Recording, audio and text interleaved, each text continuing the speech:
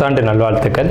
அதாவது நம்ம தமிழர்கள் தமிழ் புத்தாண்டை தான் நம்ம வந்து விசேஷமாக கொண்டாடணும் அப்படின்ற ஒரு அமைப்பில் வந்துட்டு இந்த தமிழ் புத்தாண்டு அப்படிங்கிறது வரக்கூடிய ஏப்ரல் 14ஆம் தேதி தொடங்க இருக்குது. நம்மளுடைய தமிழர்களுடைய ஒரு பண்பாட்டில், நம்மளுடைய கணித முறைகளில், நம்மளுடைய சாஸ்திர முறைகளில் முன்னோர்கள் வகுத்து கொடுத்தது எது அப்படின்னு கேட்டிங்கன்னா சித்திரை 1 தான் நமக்கு தமிழ் புத்தாண்டு. பிறக்க போகிற தமிழ் புத்தாண்டு இந்த சித்திரை 1 அப்படிங்கிறது விஸ்வாசு வருடம். அதாவது 60 வருடங்கள் தமிழருக்கு பிரபவ விவ சுக்ல பிரம்மோத்துத பிரம்மோத்பத்தி ஆங்கிரச ஸ்ரீமுக பவ யுவ தாது ஈஸ்வர வெகுதானியா அப்படின்ட்டு 60 வருடங்கள் தமிழ் வருடங்கள் கொடுக்கப்பட்டிருக்கு. அதில் 39வது வருடமானது விஸ்வாசு வருடம். இந்த வருடத்தை நோக்கி தான் நம்ம அடியெடுத்து வைக்கிறோம். நம்ம தமிழர்களுடைய கலாச்சாரப்படி பல்வேறு மதங்களும் பல்வேறு இனங்களும் பல்வேறு கலாச்சாரங்களும் இருந்தாலும் இந்த உலகத்தினுடைய ஆதி கர்த்தா, ஜோதிட சாஸ்திரத்தினுடைய ஆதி கர்த்தா அப்படிங்கிறவங்க தமிழர்கள் தான். அப்படிங்கிறதுல எல்லளவு கூட மாற்றம் இல்லை அப்படிங்கிறத நீங்கள் நல்லா புரிஞ்சுக்கணும். இந்த உலகத்துக்கு சாஸ்திரத்தையும் நாள்காட்டியும் வான சாஸ்திரத்தையும் தொகுத்து கொடுத்தவங்க யாருன்னு கேட்டால் நம்ம தமிழர்கள். நம்ம தமிழ் புத்தாண்டை நம்ம மற்றவங்களுக்கு கொடுத்துட்டு மற்றவங்களுடைய கேலண்டர் எடுத்து நம்ம பயன்படுத்திட்டு இருக்கோம். இது மிகப்பெரிய ஒரு தவறு. இந்த இடத்துல நம்மளுடைய தமிழ் புத்தாண்டை நம்ம பின்பற்றணும்னு சொல்லி ஒரு வேண்டுகோளை நம்ம வச்சுட்டு இந்த தமிழ் புத்தாண்டு எப்படி இருக்குது அப்படிங்கிற அமைப்பையும், தமிழ் புத்தாண்டு என்ன, தமிழ் புத்தாண்டுடைய சிறப்புகளையும் நம்ம வந்து பேசுவோம். நாள் என் செய்யும் வினைதான் என் செய்யும் என்னை நாடி வந்த கோல் என் செய்யும் கொடுங்கூற்று என் செய்யும் கூரேசர் இருதாலும் சிலம்பும் சதங்கையும் தண்டையும் சண்முகன் தோளும் கடம்பும் என் கண்முன் வந்து தோன்றினேன். அதாவது நம்மளுடைய தமிழ் கடவுள் அப்படிங்கிறவர் முருகன் தாங்க. அகத்தியருக்கு தமிழை கற்றுக் கொடுத்தவர் யாருன்னு கேட்டிங்கன்னா முருகன் தாங்க. முருகன் தான் தமிழ் கடவுள். அதாவது அவருடைய பிறப்பு வேணா நம்ம வந்து சிவன் பார்வதி அப்படி இப்படின்னு நம்ம சொல்லலாம். ஆனால் தமிழுக்கென்ற ஒரு கடவுள், தமிழினுடைய ஆதி கர்த்தா அப்படிங்கிறவங்க யாருன்னு கேட்டிங்கன்னா முருகன் தான். ஸோ அதனால் நம்ம முருகனை வணங்கி நம்ம இந்த பதிவை தொடர்வோம். சித்திரை 1 அப்படிங்கிறது ஏப்ரல் 14ஆம் தேதி ஆங்கில கணக்குப்படி. ஆங்கில கணக்கை தயவு செஞ்சு யாரும் எடுத்துக்க வேணாம். ஆங்கில நாள்காட்டி தவறானது தான். இது வந்து நம்ம சவால் விட்டே சொல்லலாம். ஒரு 15 நாட்கள் ஆங்கில நாட்காட்டியில் காணாமல் போய் அதை தேடி கண்டுபிடிச்சி அதுக்காக நாட்களை திருத்தின ஒரு வரலாறு நம்ம வரலாறு இருக்குது. நல்லா தெரிஞ்சுக்கோங்க. இன்னையிலேருந்து இன்னும் நூற்றுக்கணக்கான வருடங்களுக்கு கிரகணத்தை ஆதி காலத்திலே குறித்து வச்சுருக்காங்க நம்ம முன்னோர்கள். ஸோ அப்படிப்பட்ட நம்மளுடைய தமிழ் வருடப்பிறப்பான விஸ்வாச வருடப்பிறப்பு எப்படி நடக்குது அப்படின்னு பார்த்தீங்கன்னா, திங்கட்கிழமை அன்னைக்கு பிரதமை திதியில் சுவாதி நட்சத்திரத்தில் வஜ்ரம் நாமயோகத்தில் கௌளவ கரணத்தில் பிறக்க இருக்குது. இந்த சித்திரை 1 தாங்க கேரளாவில் ஐயப்பனுக்கு நடை திறப்பு முதல்ல நடக்கூடிய நாள் அப்படின்னா சித்திரை விசு அப்படின்னு சொல்லுவாங்க. விசு அப்படின்னா சமப்படுத்துதல் அப்படின்னு பேர். சித்திரை விசு அப்படிங்கிறத கேரளாவில் விசேஷமாக கொண்டாடுறாங்க. ஏன்னா நம்மகிட்டேருந்து பிழிஞ்சு போன ஒரு மொழி வந்து மலையாளம் அப்படிங்கிறது. சரி, விஸ்வாசு வருடத்துக்கு நம்ம முன்னோர்கள் என்ன விளக்கம் கொடுத்துருக்காங்க அப்படின்னா, விஸ்வாசு அப்படின்ற சொல் வந்துட்டு நேர்மை, நீதி, செல்வம் அப்படின்னு உயர்ந்த ஒரு அர்த்தத்தை வச்சுருக்காங்க. நம்மளுடைய தமிழ் மொழிக்கு நம்ம தமிழ்லேயே அர்த்தங்கள் தேட வேண்டிய ஒரு காலகட்டம் வந்தாச்சு. சரி, இந்த விஸ்வாசு வருடம் அப்படிங்கிறது நேர்மை, நீதி, செல்வம் அப்படிங்கிற ஒரு அர்த்தத்தில் வருது இந்த சொல் அப்படிங்கிறது. இந்த விஸ்வாசு வருடத்துக்கு உண்டான பலன்களாக நம்ம முன்னோர்கள் என்ன சொல்லியிருக்காங்க அப்படின்னு பார்த்தீங்கன்னா, விஸ்வாசு வருடம் தன்னில் வேளாண்மை ஏறும், பசுமாடும் மாடும் பழிக்கும், சிசு நாசம், மறையோர்கள் வாழ்வார்கள், மாதவங்கள் மீறுமே, மற்றுலகில் உண்டு மலை அப்படின்னு சொல்லியிருக்காங்க. மற்றுலகில் உண்டு மலை அப்படின்னு முடிக்கிறாங்க. இதனுடைய அர்த்தம் என்னன்னு கேட்டிங்கன்னா, இந்த வருடம் விஸ்வாசு வருடம் அப்படிங்கிறது ஒவ்வொரு 60 வருடங்களுக்கு ஒரு முறை 39 ஆண்டாக பிறக்கக்கூடிய இந்த விஸ்வாசு வருடமானது வருகின்ற காலகட்டத்தில் எல்லாம் வேளாண்மை உயரும் அப்படின்னு சொல்லியிருக்காங்க. பசு மாடும் பழிக்கும் அப்படின்னா நம்மளுடைய பசுமாடுகள் அப்படிங்கிறது நல்ல ஒரு முன்னேற்றத்தை அடையும். மாடு ஆடுகளுக்கு ஒரு நல்ல தீவனங்கள் கிடைத்து அதுவும் நல்ல செழித்து வரும். ஆதி காலத்தில் வந்து மாடை தான் செல்வமாக குறிப்பிட்டிருக்காங்க. இன்றைக்கி வந்து பணம் அப்படின்ற ரூபாய் தாள்களை நம்ம வந்து பணமாக குறிப்பிட்றோம். ஒரு முன்னோர்கள்லாம் வந்து மாடு எவ்வளோ இருக்குது, மாட்டினுடைய அந்த குப்பை வந்து வேஸ்ட்டெல்லாம் எங்கே ஒரு மனிதன் வந்து எங்கே சேகரிக்கிறானோ அதை போய் முதல்ல பார்ப்பாங்கங்க. அதை வச்சு தான் அவனுடைய செல்வம் என்னன்றதை குறிப்பிட்டு பொண்ணு கொடுக்குறதா இருக்கட்டும், பொண்ணு எடுக்கிறதா இருக்கட்டும், இதெல்லாம் நம்முடைய மரபில் இருந்து வந்த ஒரு விஷயம். ஸோ அப்போ இத்தனை மாடுகள் இருந்தால் தான் அவன் செல்வந்தன் அப்படின்ற ஒரு கான்செப்ட் வந்து முன்னோர்கள் நமக்கு காமிச்சிருக்காங்க. அப்படிப்பட்ட பசுமாடுகள் மாடும் பழிக்கும் அப்படின்ற ஒரு வார்த்தையை வந்து அங்கே குறிப்பிட்டிருக்காங்க. சிசு நாசம் அப்படின்ற வார்த்தையை சொல்கிறாங்க. மறையோர்கள் வாழ்வார்கள். மறையோர்கள்னு யாருன்னு கேட்டிங்கன்னா சமுதாயத்தில் முக்கியமாக இருக்கக்கூடிய பெரியவங்க, மற்றவங்களுக்கு வழிகாட்டக்கூடியவங்க வாழ்வாங்க அப்படின்றத சொல்லியிருக்காங்க. மாதவங்கள் மீறுமே அப்படின்ற ஒரு வார்த்தையும் வருது. மாதவங்கள் மீறும் அப்படின்னா ஒழுக்கக்கேடான செயல்பாடுகளில் மனிதர்கள் நடக்க வேண்டிய காலகட்டங்கள் வரும். ஒழுக்கக்கேடுனா என்னங்க? இந்த விரல் தான் ஒழுக்கக்கேடு, இந்த ஒற்றை விரல் தான். இந்த விரலை வச்சு தான் நம்ம பட்டன் அமுக்கிறோம், காசு வாங்கிட்டு அமுக்கிறோம். இதுதான் மாதவங்கள் மீறுமே அப்படின்றது. ஸோ அந்த மாதிரிலாம் இல்லாமல் மனசாட்சிக்கு துரோகம் செய்யாமல் யார் நீதி பரிபாலனம் செய்வாங்க அப்படின்றத தெரிஞ்சு சரியான வாக்களித்து நல்ல தலைவனை தேர்ந்தெடுக்க வேண்டிய காலகட்டங்கள் அப்படிங்கிறத இங்கே மறைமுகமாக இந்த விசுவாச வருடத்தினுடைய வெண்பா பாடல் அப்படிங்கிறது நமக்கு சுட்டி காட்டுது. இந்த சித்திரை வருட பிறப்பானது மகர லக்னம்னு சொல்லக்கூடிய சர லக்னங்களில் விழுகுது. எப்படின்னு கேட்பீங்க. தமிழனுடைய கணக்குப்படி சூரியன் எப்போது கிழக்கு வானில் உதிக்கிறதோ அதுதான் லக்னம். ஸோ சித்திரை மாதம் 1ஆம் தேதியானது உதிக்கக்கூடிய நேரம் அப்படிங்கிறது கிழக்கு வானத்தில் சூரியன் உதிக்கக்கூடிய அந்த டைம் அப்படிங்கிறது 2:22 அதிகாலை மணி 2:22க்கே சூரியன் கிழக்கு வானத்தில் உதிச்சிடறார். அப்போ அது லக்னமாக போட்டுக்கணும், இந்த வருடத்தினுடைய பிறப்பு லக்னமாக போட்டுக்கணும். ஸோ அப்படி நம்ம போடும்போது மகர லக்னம் சர லக்னத்தில் விழுகுது. முன்னோர்கள் வந்து சித்திரை 1ஆம் தேதி அப்படிங்கிறத கண்டறிஞ்சு அந்த 1ஆம் தேதி தொடங்கக்கூடிய லக்னத்தை கண்டறிஞ்சு அதுக்கான பலன்களை பஞ்சாங்கங்களில் எழுத ஆரம்பிச்சிருக்காங்க. ஸோ அதன் அடிப்படையில் சர லக்னமான மகர லக்னத்தில் இந்த புத்தாண்டு அப்படிங்கிறது பிறகுது. இது ஒரு விசேஷமான ஒரு விஷயந்தான். ஏன் அப்படின்னு கேட்டிங்கன்னா, அந்த மகர லக்னத்துக்கு அதிபதியான சனி பகவான் வந்து ஒரு பலமான ஒரு நிலையில் வருடப்பிறப்பின் போது இருப்பாங்க அப்படிங்கிற ஒரு விசேஷமான ஒரு அமைப்பில் இந்த வருடப்பிறப்பு அப்படிங்கிறது விஸ்வாச வருடம் பிறக்கின்றது.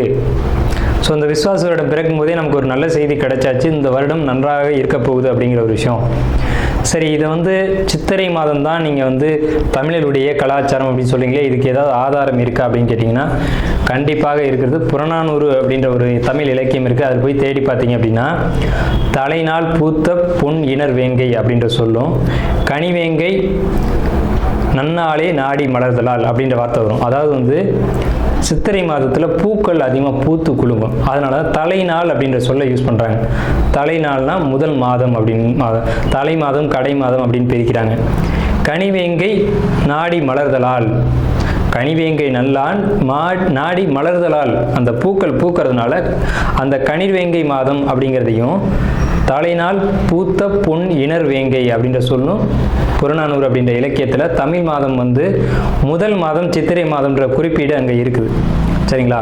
வண்ண மலர்கள் பூத்து குலுங்கக்கூடிய ஒரு பொன்னான மலர்கள், பொன் போன்ற மலர்கள்.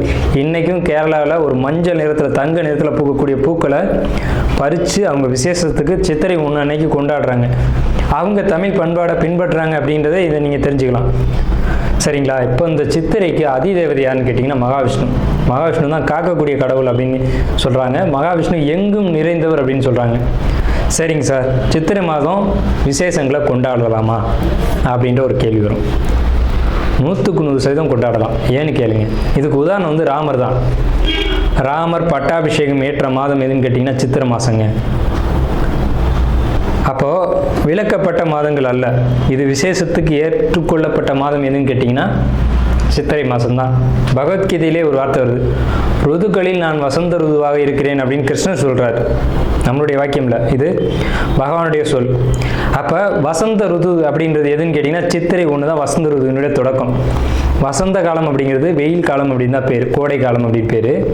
வசந்த காலமானது சித்திரை வைகாசி, இந்த 2 மாதத்தையும் வசந்த காலம் அப்படின்னு குறிப்பிடுறாங்க சமஸ்கிருதத்தில். அப்போ இந்த வசந்த காலம் வந்துட்டு எனக்கு பிடித்த ருது அப்படின்னு சொல்கிறாரு கிருஷ்ணர். ஸோ ராமர் பட்டாபிஷேகம் ஏற்றுக்கிட்ட ருது எது அப்படின்னு கேட்டிங்கன்னா சித்திரை மாதம். அப்போ சித்திரை மாதம் புது வீடு வாங்கலாம், புது வீடுக்கு கிரகப்பிரவேசம் பண்ணலாம், புது மனை எழுப்பலாம், மனை சம்பந்தப்பட்ட விஷயங்கள், மங்கள காரியங்கள், இது எல்லாம் செய்வதற்கு உகந்த மாதம் சித்திரை மாதம். சரி, அப்போ அந்த சித்திரை மாதம் பார்த்திங்கன்னா சித்ரா பௌர்ணமி அப்படின்னு ஒன்று வரும். சித்திரை பௌர்ணமி அப்படின்ற ஒரு விசேஷம் வரும். சூரியன் மேசத்திலும் சந்திரன் துலாத்திலும் இருந்து சித்திரை நட்சத்திரம் வருகின்ற நாளில் பௌர்ணமி திதியானது உதிக்கும். ஒவ்வொரு தமிழ் மாதத்துக்கும் குறிப்பிட்ட நட்சத்திரத்தில் தான் பௌர்ணமி திதி வரும். அந்த திதி எந்த காலகட்டத்திலையும் மாறாது. அதனால தான் தமிழர்கள் வந்து ரொம்ப நுட்பமானவர்கள் நம்ம சொல்கிறோம். வைகாசி மாதம் அப்படின்னு எடுத்துக்கிட்டோம்னா அந்த மாதத்துக்கு பேர் வைகாசின்னு ஏன் வந்தது அப்படிங்கிறது தெரியணும். விசாக நட்சத்திரத்தில் பௌர்ணமி உதிக்கும். மேச ராசியானது மே மாதம் நம்ம மேச ராசின்னு சொல்கிறோம், மேடத்தை மே அப்படின்னு சொல்கிறோம். நம்மகிட்டேருந்து எடுத்துக்கொண்ட ஒரு வார்த்தை ஆங்கிலத்தில். மேடம்ன்ற சொல்ல மேஷம், மேடம்ன்ற சொல்ல மே அப்படின்னு திரிச்சிருக்காங்க. இவ்வளோதான் விஷயம், சரிங்களா? மேடம் நம்ம குறிப்பிட்றோம் ராசியில், அதை மே மாதம் அவங்க குறிப்பிட்றாங்க. அப்போ இந்த பருவ காலத்தில் மே மாதம் வரக்கூடிய இந்த சித்திரை நட்சத்திரத்தில் தான் சித்திரை மாதம் பௌர்ணமி உதிக்கும். முழு நிலா, பெரிய நிலா உதிக்கும். சந்திரன் வந்து ரொம்ப பிரகாசமாக இருக்கக்கூடிய பௌர்ணமி திதியானது முதல்ல உதிக்கிற மாதம் சித்திரை மாதத்தில் தான் அவ்வளோ முழு நிலாவாக ஒலிக்கும். இந்த சித்ரா பௌர்ணமி அப்படிங்கிறது சித்திரகுப்தனுக்கான விசேஷ நாள். சித்திரகுப்தன் யாருங்க? யமனுடைய பிஏ, யமனுடைய கணக்காளி, யமனுடைய பணியாளர். இவரை வந்து இந்த மாதத்தில் விசேஷமாக கொண்டாடுறாங்க. நம்மளுடைய முன்னோர்கள் இறந்தவங்க இருக்காங்க அப்படின்னா அவங்க நல்ல ஆத்மாவா கெட்ட ஆத்மாவான்னு கணக்கு எழுதக்கூடியவர் சித்திரகுப்தன் தான். அந்த கணக்கு அவர் எழுதுறதுனால தான் சித்ரா பௌர்ணமி அன்னைக்கு நம்ம முன்னோர்களை கொண்டாடி விசேஷமாக வழிபாடு செய்கிறோம். தை 1 தமிழ் புத்தாண்டுன்னு கொண்டு வந்தாங்க. அதை முழுமையாக ஒரு வருடம் கூட அவங்களால கடைபிடிக்க முடியல. இன்னொரு வரைக்கும் அதுக்கான சரியான கணக்கீடுகளை அவங்களால கொடுக்க முடியலை. வார்த்தைக்கு தை 1 தான், இது வந்து நாங்கள் ஆதாரத்தை கண்டுபிடிச்சிட்டோம், எங்கள்கிட்ட இது இருக்குது அது இருக்குது அப்படின்லாம் சொன்னாங்க. ஆனால் ஒரு தெளிவான ஒரு விஷயத்தை அவங்களால கொடுக்க முடியல. அதுக்கான ஒரு காலண்டரையோ நாட்காட்டியோ அவங்களால கொடுக்க முடியல. சித்திரை 1 தான் தமிழர்களுக்கான புத்தாண்டு. அந்த புத்தாண்டை விசேஷமாக கொண்டாடணும். எப்படிலாம் கொண்டாடலாம் சார்? எப்படி கொண்டாடலாம்? சித்திரை மாதத்துக்கு முத நாளே அதுக்கு நம்ம தயாராகணும். நம்மளுடைய பாரம்பரிய உடைகளை அன்றைக்கி அணியணும். என்னது நம்ம பாரம்பரிய உடை அப்படின்னு கேட்டிங்கன்னா, தும்பப்பூ மல்லு வேட்டின்னு கேள்விப்பட்டிருப்பீங்க. மல்லு வேட்டி வந்து தும்ப நிறத்தில் தாங்க இருக்கும். தமிழருடைய உடை அப்படின்னு எடுத்துக்கிட்டிங்கன்னா, நம்ம வந்து வெயிலில் இருக்கக்கூடியவங்க, விவசாயம் பண்ணக்கூடியவங்க, உழைக்கக்கூடியவங்க, நமக்கு வந்து மல்லு வேட்டி தான் ஒத்து வரும். இந்த இப்போ கலாச்சாரம் மாறிடுச்சு, என்னென்னவோ உடைகள் அணிகிறாங்க. அதெல்லாம் நமக்கான உடை கிடையாது. தும்பப்பூ மல்லு வேட்டி தான் நமக்கான உடை. அப்போ இந்த மல்லு துணியை தான் நம்ம வஸ்திரத்தை அணியணும். மேல் சட்டை போடக்கூடிய வழக்கம் நம்மளுடைய கலாச்சாரத்தில் கிடையாது. அப்படி போடுறது ரொம்ப தவறான விஷயம். நம்ம தவறான விஷயத்தை நோக்கி போய்கிட்டுருவோம். ஒரு ஊசியில் குத்தி ஒரு துணியை நெஞ்சு நீங்கள் போட்டிங்கன்னா நீங்கள் தமிழர்களே கிடையாது. உறுதியாக சொல்லுவேன். வெறும் துணியை நூலில் கோக்காமல் அணிகிறவன் தான் உண்மையான தமிழன். இதை மறுத்து பேசவே முடியாது. இதுதான் உண்மையான வரலாறு. அதாவது ஒரு துணியை எடுத்து அப்படியே உடலில் சுற்றிக்கணும், அவன் தான் தமிழன். மேல் அங்கம் வந்து வஸ்திரம்ன்ற துண்டும், அது எவ்வளோ பெருசாக வேணாலும் இருக்கலாம், அது சின்னதாக வேணாலும் இருக்கலாம். அது அவங்களுடைய வசதியை பொறுத்தது. ஆனால் சுத்தமான மல்லுவாக இருக்கணும். மல்லுன்றது பருத்தி நூலால் செய்யப்பட்டது. நம்ம வந்து பருத்தியை உற்பத்தி செய்யக்கூடியவங்க. நம்ம நிலத்தில் தான் பருத்தி உற்பத்தி ஆகும். அதுக்கான சரியான மண் வந்து தமிழர்களுடைய மண் தான். உலகத்துக்கே ஆடையும் சாஸ்திரத்தையும் கற்றுக் கொடுத்தவங்க யாருன்னா தமிழன் தான். ஸோ இந்த மாதிரி பாரம்பரிய உடைகளை அணிஞ்சு நம்ம விசேஷத்தை கொண்டாடணும். பச்சடி செய்வாங்க அன்னைக்கு, சித்திரை 1 அன்னைக்கு பச்சடி செய்வாங்க. இன்றைக்கெலாம் யாருமே செய்யறதில்ல. வேப்பம்பூ பச்சடி, மாங்காய் பச்சடி இதெல்லாம் செய்வாங்க. அது ரொம்ப இனிமையாக இருக்கும். வேப்பம்பூ எப்படி சார் இனிமையாக இருக்கும்? செய்வாங்க சார், அதை இனிப்பாக செய்ய முடியும். பச்சடி செய்வாங்க. அன்னைக்கு அந்த உணவை எடுத்துக்கணும். வேப்பம்பூ ரசம்லாம் வச்சு அன்றைக்கி சாப்பிடுவாங்க. அவ்வளோ ருசியாக இருக்கும். அந்த நாளில் அந்த உணவை தான் எடுத்துக்கணும்னு நமக்கு முன்னோர்கள் சொல்லியிருக்காங்க. அதை தவிர்த்து நீங்கள் போகிறது அப்படிங்கிறது ஒரு சிறப்பான விஷயம் கிடையாது. சரி, நம்ம வந்து இந்த 39ஆவது ஆண்டில் இருக்கோம். கலியுகாதி வருஷம் 5127ஆவது ஆண்டு இந்த விசுவாச வருடம் பிறக்குது. இந்த ஆண்டினுடைய ராஜா மந்திரி அப்படிங்கிறது சூரியன். இந்த ஆண்டினுடைய ராஜா மந்திரி அப்படிங்கிறது சந்திரன். அர்க்காதிபதி சூரியன், மேகாதிபதி சூரியன், சஸ்யாதிபதி குரு, சேனாதிபதி சூரியன், ரசாதிபதி சனி. இந்த ஆண்டினுடைய ராஜா அப்படின்னு சொல்லக்கூடியவர் சந்திரன் பலமாக இருக்காங்க. இந்த ஆண்டு உடைய தொடக்கத்திலே பலமாக இருக்காங்க. சனி பலமாக இருக்காங்க. சூரியன் பலமாக இருக்காங்க. சூரியன் எப்போவுமே வருஷ ஆண்டு பிறப்பு அப்படின்னாலே சூரியன் பலமாக தான் இருப்பார். அது என்ன ஸ்பெஷல்னு கேட்டிங்கன்னா, அந்த வீடு வந்து எந்த ஒரு பலகீனமும் அடையாமல் இருக்குது. மேசராசி. சஸ்யாதிபதி குரு அதீத பலத்தில் இருக்கார். எப்படின்னு கேட்டிங்கன்னா, பரிவர்த்தனை யோகத்தில் குரு சுக்கிரன் பரிவர்த்தனையில் தங்களுடைய வீடுகளை மாற்றிக்கிட்டு, பகை கிரகங்கள் தான் குரு சுக்கிரன், ஆனால் தங்களுடைய வீடுகளை பரிமாற்றம் செஞ்சுக்கிட்டு நல்ல ஒரு பலமான நிலையில் இருக்காங்க. இந்த வருஷம் மழை வந்து ரொம்ப அற்புதமாக பெய்யும். சகல ஜீவராசிகளுக்கும் உணவுகள் தட்டுப்பாடு இல்லாமல் கிடைக்கும். ரொம்ப பெரிய ஒரு அற்புதமான விஷயம். அன்னதானங்கள், கோயில் விசேஷங்கள் சிறப்பாக நடக்கும். ஆனால் அந்த புனித யாத்திரைக்கு போகக்கூடியவங்களுக்கு இந்த விஸ்வாச வருடம் அவ்வளோ சிறப்பாக இல்லை. அங்கே சில நெருக்கடிகள், தொந்தரவுகள் இருக்கலாம் அப்படின்ற ஒரு சின்ன மைனஸ் மட்டும்தான் இருக்குது. அதே நேரத்தில் உணவு உற்பத்திகள் அப்படிங்கிறது அதிகரிக்கும். மழை நல்லா பொழியும். அணு ஆயுத உற்பத்திகள் அதிகமாக இருக்கும். ஆயுதங்கள், இரும்பு, எஃகு போன்ற விஷயங்களுடைய உற்பத்தி அதிகரிக்கும். மருத்துவத்தில் இந்திய தேசம் முதலிடத்தை வகிக்கும். வட மாநிலங்களில் வெள்ள பாதிப்புகள் ஏற்படும். மின்சார தடைகள் அடிக்கடி ஏற்படும். பேட்டரி வாகனங்கள் அதிகரிக்கும். பெரும்பாலும் இந்த பெட்ரோலியம் சம்மந்தப்பட்ட வாகனங்கள் அப்படிங்கிறது குறையும். தங்கம், வெள்ளி உளைச்சல் அப்படிங்கிறது உச்சத்தை அடையும். விலை உச்சத்தை அடையும். தங்கம், வெள்ளியை பொறுத்த வரைக்கும், ஆபரணங்களை பொறுத்த வரைக்கும் விலை உச்சத்தை அடையும். ஆனால் விலையும் அதிகம் அடையும் போதெல்லாம் அந்த விற்பனையும் அதிகமாகும். நல்ல லாபங்கள் கிடைக்கும். அதிகமாக தங்க நகைகளை வாங்கி அணியக்கூடியதும் சேமிக்கக்கூடியதும் இந்த ஆண்டு மக்கள் செய்வாங்க. சுரங்கம், பெட்ரோலியம், கிணறு இதை பொறுத்த வரைக்கும் விபத்துக்கள் ஏற்படுத்தி கொண்டே இருக்கும். பெண்களுக்கு அவமரியாதைகளும் பாலியல் தொந்தரவும் நடைபெறும். இது ஒரு மைனஸ் தாங்க. பூச்சி, கருவண்டு இந்த மாதிரியான விஷயங்கள் அதிகரிக்கும்.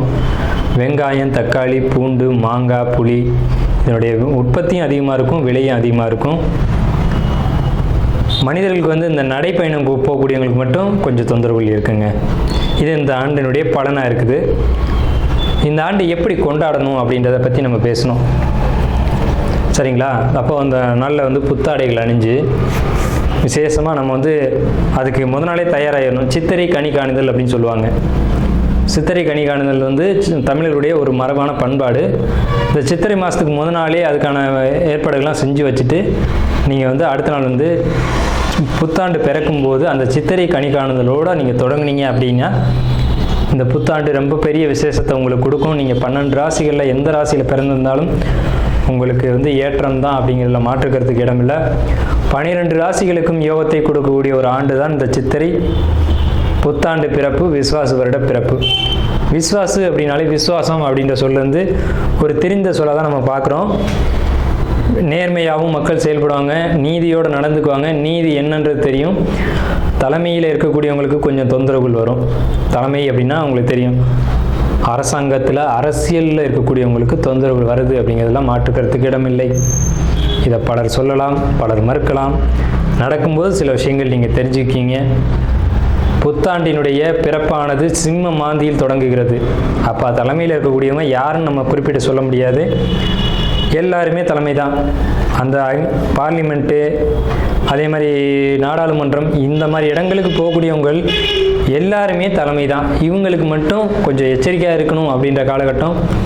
உடலையும் மனதையும் தைரியமாக பார்த்து கொள்ள வேண்டும் அப்படின்ற காலகட்டம் இந்த விஸ்வாச வருடம்.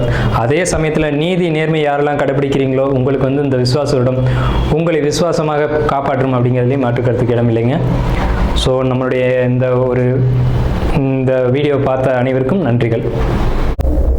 இந்த கன்னிராசிக்கு இந்த விஸ்வாச ஆண்டு நல்ல பலன்களை தருமா அல்லது தீய பலனை தருமா அப்படிங்கிறத நம்ம இந்த வீடியோவில் பார்க்குறோம்.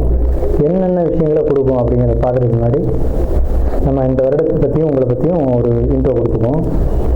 அது நாள் என் செய்யும், வினை தான் என் செய்யும், என்னை நாடி வந்த கோள் என் செய்யும், கொடுங்கூட்டு என் செய்யும், கூரேசர் இருந்தாலும் சிலம்பும் சதங்கையும் தண்டை கண்மண் தோடும் கதமும் என் கண்முன் வந்து தோன்றினேன். இந்த கன்னி ராசி அப்படிங்கிறது காலபுருஷனில் 6வது ராசி. மேஷம், ரிஷபம், மிதுனம் அப்படின்னு எண்ணி வரும்போது 6வது ராசியாக வருது. இந்த ராசிக்காரங்க நீங்கள் எப்படி இருப்பீங்க அப்படின்னு பார்த்தீங்கன்னா, ரொம்ப ஒரு என்ன சொல்கிறது, நமக்கு மட்டும்தான் எல்லாம் தெரியும், நம்மளை தவிர யாருக்குமே எதுவுமே தெரியாது அப்படிங்கிறதும், எல்லாரையும் நகைச்சுவையாக பேசுறதும், கிண்டல் அடிக்கிறதும், குறைவாக மதிப்பிடுறதும், இந்த தன்மைகள் உங்கள்கிட்ட அதிகமாக இருக்கும். எப்போவுமே ஒரு பழமொழி சொல்லுவாங்க, ஊசிக்கு ஊசி எதுன்னு பாயக்கூடாது அப்படிம்பாங்க. ஆனால் நீங்கள் யாரையாக இருந்தாலும் ஒரு எடை போட்டு பார்ப்பீங்க. அந்த மாதிரியான தன்மைகள் அப்படிங்கிறது சில நேரங்களில் யாருக்குன்னு மனசு கஷ்டத்தை ஏற்படுத்தக்கூடிய ஒரு நக்கல், நகைச்சுவை அப்படிங்கிறதெல்லாம் உங்கள்கிட்ட அதிகமாகவே காணப்படும். ஆனால் அறிவு சார்ந்தவங்க தான் கலைத்துறை, எழுத்துத்துறை, அதே மாதிரி கவிதை எழுது, நாடகத்துறை, இந்த துறைகளுக்கெல்லாம் கன்னிராசி அப்படிங்கிற அமைப்பு ரொம்ப விசேஷமான அமைப்பு. நீதித்துறை, ஒயிட் காலர் ஜாப்னு சொல்லக்கூடிய ஜாப்ஸ் எல்லாமே அறிவை மட்டும் பயன்படுத்தி செய்யக்கூடிய உடல் உழைப்பு அல்லாத செயல்களுக்கும், உடல் உழைப்புக்குமே கன்னிராசி ஒரு விசேஷமான ராசி தான். அறிவும் வேலை செய்யுது, உடலும் வேலை செய்யுது. கடுமையாக உழைக்கிறீங்க, அதே நேரத்தில் அறிவை ரொம்ப பயன்படுத்தி உழைக்கிறீங்க அப்படின்னா அவங்க யாருன்னு கேட்டிங்கன்னா கன்னி ராசி, கன்னி லக்னக்காரங்க தான். ஸோ இப்பேற்பட்ட விசேஷங்கள் நிறைந்த இந்த கன்னி ராசிக்கு விஸ்வாச ஆண்டு எப்படி இருக்கும்? முதல்ல விஸ்வாச ஆண்டினுடைய பலன்களை பார்த்துருவோம்.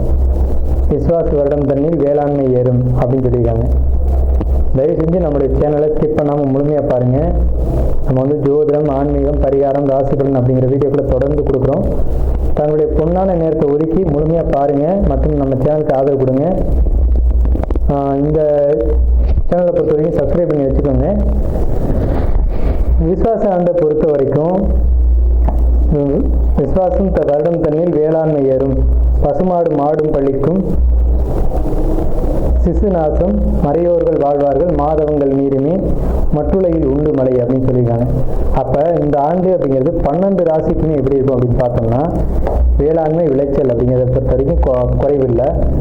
ஆடு மாடுகளை பொறுத்த வரைக்கும் குறைவில்லை. ஆனால் இன்னைக்கு காலகட்டம் என்ன போச்சுன்னா இந்த வேளாண்மைக்கும் பசுமாடு ஆடு வளர்க்குறதுக்கும் எண்ணிக்கைகள் மக்கள்கிட்ட வந்து குறைஞ்சிட்டே வருது. உழைக்காமல் வாழணும் அப்படிங்கிற ஒரு கான்செப்டில் மக்கள் வந்து போயிட்டுருக்காங்க. அது அரசு வேலை, அரசாங்க வேலை, அதே மாதிரி ஒரு கம்பெனி வேலை, அந்த மாதிரி போயிடணும் அப்படின்னு நினைக்கிறாங்க. அப்போ இதெல்லாம் யார் பாப்பா? விவசாயமோ வேளாண்மை யார் பாப்பா? மாடுகள் யார் பாப்பா? இதெல்லாம் நம்மளுடைய ஒரு பாரம்பரியமான விஷயம் தானே, இதெல்லாம் பார்க்கணும் தானே. இதெல்லாம் இன்னைக்கு மக்கள்கிட்ட சுத்தமாக இல்லாமே போயிடுச்சு. ஸோ அப்படிப்பட்ட ஒரு நிலையில் இருக்கக்கூடிய இந்த விஸ்வாச வருடமானது இதெல்லாம் மீண்டும் வந்து வேளாண்மையாக இருக்கட்டும், பசுமாடுகளாக இருக்கட்டும், இதெல்லாம் தொழிலாக மாறும் அப்படிங்கிற ஒரு அமைப்பில் இந்த ஆண்டு திறந்திருக்கு. ஸோ முதல்ல நான் உங்களுக்கு வாழ்த்துக்களை தெரிவிச்சுக்கிறேன். இந்த ஆண்டினால உங்களுடைய பலன்கள், இந்த ஆண்டினால உங்களுக்கு ஏற்படக்கூடிய பலன்கள் என்னென்ன அப்படின்னு பார்க்கும்போது ஃபர்ஸ்ட் இந்த வருடம் வந்து உங்களுக்கு ரொம்ப நல்லா இருக்க போகுது அப்படிங்கிற ஒரு விஷயத்தை சொல்லிட்டு எந்த ஒரு விஷயத்தையும் நிதானித்து பொறுமையாக முடிவெடுப்பீங்க. பெரியவங்களுக்கு மதிப்பு கொடுத்து ஒரு முடிவை எடுப்பீங்க அப்படிங்கிற முதல் விஷயத்தை நான் உங்களுக்கு பதிவு செய்கிறேன். குழப்பங்கள் கொஞ்சம் இருக்கும்.